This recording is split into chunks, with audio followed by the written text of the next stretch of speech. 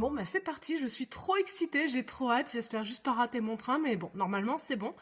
Et bah c'est parti pour le Veggie World, donc le premier que je ferai, et en plus ça tombe bien, il est pas très loin. Donc j'ai hâte de voir un peu tous les stands et ce qu'on peut y découvrir, et peut-être de croiser certaines personnes que je reconnaîtrai de YouTube, on sait jamais. Voilà, bah de toute manière, je vous emmène avec moi.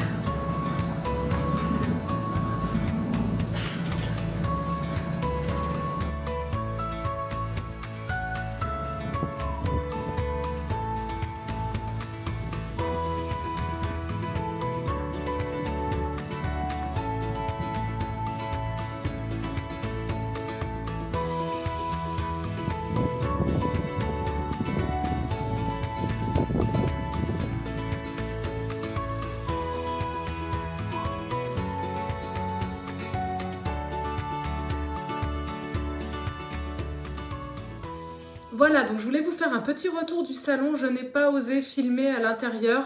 Voilà, j'ai pas réussi à passer ce cap-là.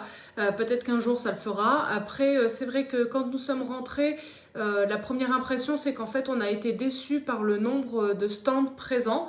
Alors je m'attendais pas non plus à la folie. Là c'est vrai qu'il y avait peut-être une trentaine, allez une quarantaine maximum. Hein. Je suis vraiment pas sûre d'exposants. Et j'ai trouvé ça un peu dommage. Je m'attendais vraiment à plus de variété, avec beaucoup plus de présentations de produits simili-carnés, ce genre de choses. Enfin, j'avais un peu cet espoir-là. Voilà, c'était un peu le petit bémol, ça nous a un peu refroidi. Parce que du coup, il n'y avait pas trop de monde. Il y en avait, mais pas non plus excessivement. J'osais pas voilà, sortir la caméra et que les gens potentiellement soient devant. Enfin, c'est pas comme quand il y a une foule. Donc du coup, j'ai préféré ne pas le faire. Je vous ai mis 2-3 petites photos. Les conférences étaient intéressantes. Les démonstrations culinaires étaient aussi intéressantes, mais on était loin. On n'avait finalement pas le contenu des recettes. C'était intéressant, voilà. Après, c'était pas suffisant pour moi. J'ai pas réussi à noter, par exemple, tout ce qu'ils proposaient, mais ils faisaient des échos sur plein de prises de conscience, donc ça, j'ai bien aimé. Que dire de plus? De ce que j'ai vu dans une vidéo de la petite Okara, c'est que c'est un peu global, que du coup, le Veggie World accueille un peu moins d'exposants au fur et à mesure des années. Donc je me dis peut-être que c'était pas juste parce que c'était à Lyon, peut-être que c'est une sorte de globalité où il y a moins de monde. Je saurais pas comparer, mais en tout cas, voilà, c'était une belle expérience, j'étais très contente. Et puis bah maintenant, ce que je vais faire, c'est que je vais vous présenter les fromages que j'ai achetés là-bas. Et ça, c'est vrai que c'était une belle découverte. Voilà, je vous laisse avec la présentation. Voilà, donc je voulais vous faire un retour des fromages que j'ai pu acheter lors du salon du Veggie World. À ma connaissance, si je n'en ai pas raté, il n'y avait que 2 stands. En tout cas, ce sont les 2 seuls que j'ai vus. Il y avait la marque Petit Vegan et il y avait la marque Casse-Noisette qui se présente sous cette forme. Donc on a vraiment des fromages qui sont complètement différents et qui sont incomparables les uns avec les autres. Les techniques d'affinage ne sont pas du tout les mêmes. Je pense même les techniques de création du produit. Parce que là, eux, ils arrivent à faire en fait des croûtes fleuries. Ce qui n'est pas l'objectif de Casse-Noisette. Casse-Noisette fait vraiment des petits pavés comme ça avec un petit pourtour où on retrouve un début de croûte. Après, je pense qu'il y a une question d'affinage. C'est vrai qu'au stand, Casse-Noisette, en tout cas, faisait goûter des très affinés et des moins affinés. D'ailleurs, je crois qu'ils vont participer à un concours, il me semble que c'est ce qu'elle m'a dit, où ils en faisaient vraiment avec des formes très spécifiques. Mais On a vraiment deux produits différents qui ne sont pas comparables les uns avec les autres. Donc le but, ce ne sera pas de vous dire l'un est meilleur que l'autre parce que c'est complètement différent. Là, j'en ai déjà mangé un. En fait, il y avait le petit bleu que j'ai déjà fini et qui ressemblait en termes de texture pour le coup à ceci. C'est-à-dire que ça faisait quelque chose d'assez mou et sans croûte avec un goût un peu plus prononcé. Donc là, on verra ce que ça donne. J'ai offert celui-ci à l'amie qui m'a gardé mon chien pendant le Veggie World. Et en fait, elle a fait goûter à ses enfants et ils ont tous vraiment beaucoup aimé. Elle m'a dit que c'était une belle découverte et qu'elle était très contente que je lui ai ramené. Donc tant mieux, j'ai bien expliqué que l'idée c'était pas de se dire c'est un fromage. On est vraiment sur des produits nouveaux qui n'ont rien à voir. En tout cas, c'est mon point de vue. En termes de composition aussi, donc Casse-Noisette fabrique ses fromages à base de graines de lupin. Tandis que Petit Vegan, eux par contre utilisent des noix de cajou. Donc déjà de base, on n'est pas sur quelque chose qui aura le même goût. En termes de protéines, on est à peu près à 13 grammes de protéines au 100 grammes. Et ici, on est sur du 14 grammes. Donc on va dire que c'est à peu près similaire.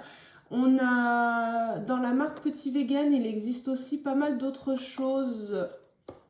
Ils font des petits frais, sachant que c'est pas ce que personnellement je recherche, donc je n'en ai pas pris. Mais en tout cas, sachez qu'il existe à l'ail, aux épices, je sais plus exactement, mais bref, il y en a plusieurs.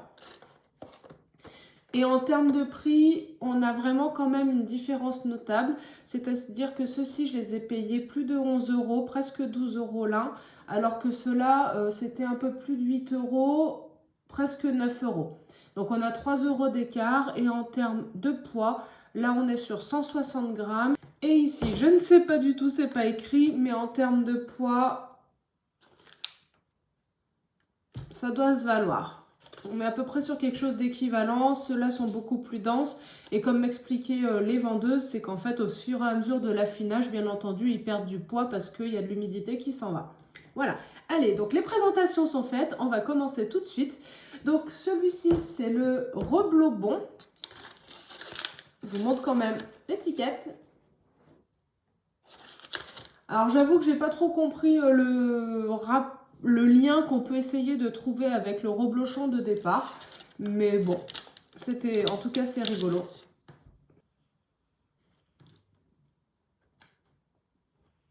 Donc on a une texture qui est quand même effectivement crémeuse. Il y a une petite acidité qui ressort. Je vais goûter tous les autres et je vous ferai un retour. Donc celui-ci, c'est le Cheesy Blue, qui a une pâte qui ressemble à celui-ci. Sauf que là, effectivement, ils ont réussi à faire une belle croûte. Alors, est-ce que c'est parce qu'il est plus affiné? Je ne sais pas. C'est très probable.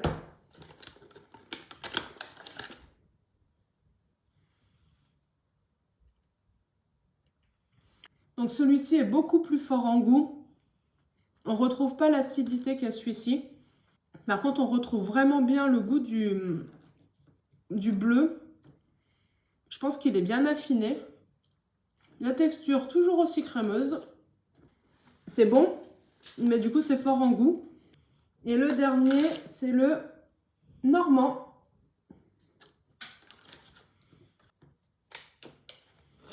Qui est assez frais, je pense.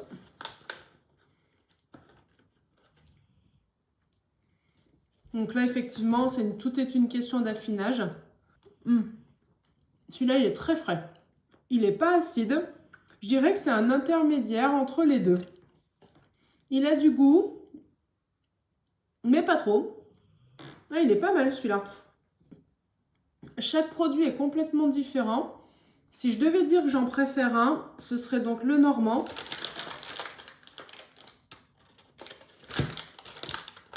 En tout cas, dans cette version pas affinée, parce que là, il est quand même très très souple. On voit, rien que de le prendre dans les doigts, ça laisse des traces. Donc, je pense que c'est vraiment une question d'affinage. À mon avis, si je le laisse s'affiner, il aura de plus en plus de goût. Et il va se durcir, comme celui-ci a commencé à bien se durcir dans mon frigo. Mais dans l'ordre de préférence, du coup, sachant que de base, je ne suis pas fan des bleus. Donc, c'est celui-ci. Je le trouve vraiment polyvalent et puis pour ceux qui sont pas habitués, je pense qu'il est passe-partout. Et ensuite, les deux, je dirais ex aequo parce qu'ils ont vraiment des goûts totalement différents. Ça dépend vraiment ce que vous voulez proposer. Je trouve vraiment que dans cette gamme, ils ont fait quelque chose qui se complète bien.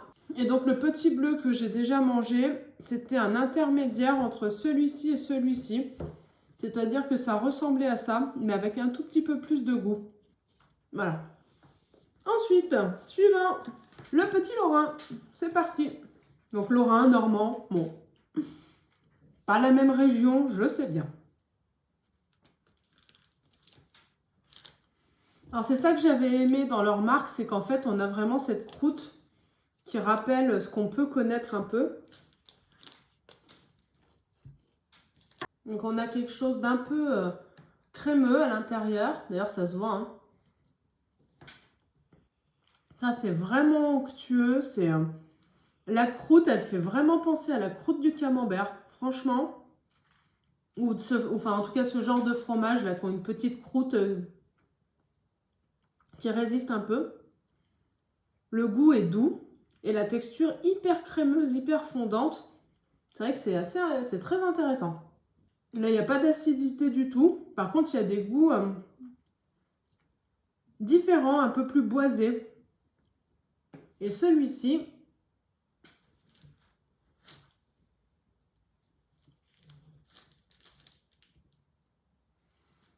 donc physiquement, on est sur la même texture, le même visuel. Je ne saurais pas comment expliquer la différence de goût. Ils ont vraiment des goûts différents. Je dirais que celui-là, il rappelle un peu plus. S'il faut trouver un comparatif pour essayer de vous faire comprendre un peu le goût, ça me rappelle plus la noix. Mais la noix de Grenoble. Du coup, celui-ci est plus fort en goût. Ça reste sur la bouche, contrairement à celui-là. Du coup, je trouve que c'est vraiment, pour tous, des belles expériences. Si je me cantonne au budget, c'est clair que je vais me diriger vers eux. Par contre, c'est vrai qu'en termes de variété, je trouve que sur un plateau de fromage, et il y en existe encore d'autres, ce serait vraiment intéressant de piocher chez les uns et chez les autres en fonction de nos goûts. Par rapport au petit bleu que eux ils avaient, s'il faut vraiment taper dans la caricature du bleu, je prendrais le leur. Après, je trouve que celui-là et celui-là sont vraiment différents. Lequel choisir, je ne sais pas. Je dirais peut-être ces deux-là, ils sont un peu plus passe-partout.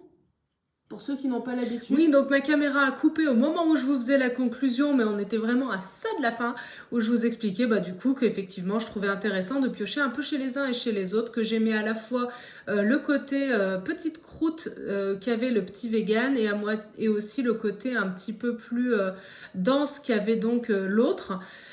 Qui était donc sans croûte. C'est vraiment deux produits complètement différents avec des goûts complètement différents. À mon avis, donc il en existe beaucoup d'autres qu'on peut trouver sur internet pour ceux qui sont ok avec l'idée de commander sur internet. Moi, j'en ai pas en tout cas dans les magasins à côté de chez moi. Donc, écoutez, j'espère que ça vous aura donné un petit peu une petite idée. Je sais que c'est compliqué de transmettre un petit peu les goûts et les textures comme ça par vidéo, mais que ça vous aura un petit peu inspiré pour en découvrir avec ce que vous avez vers chez vous. Sur ce, je vous souhaite une bonne fin de journée. Je vous dis à tout bientôt et comme d'habitude, prenez soin de vous. Bye bye!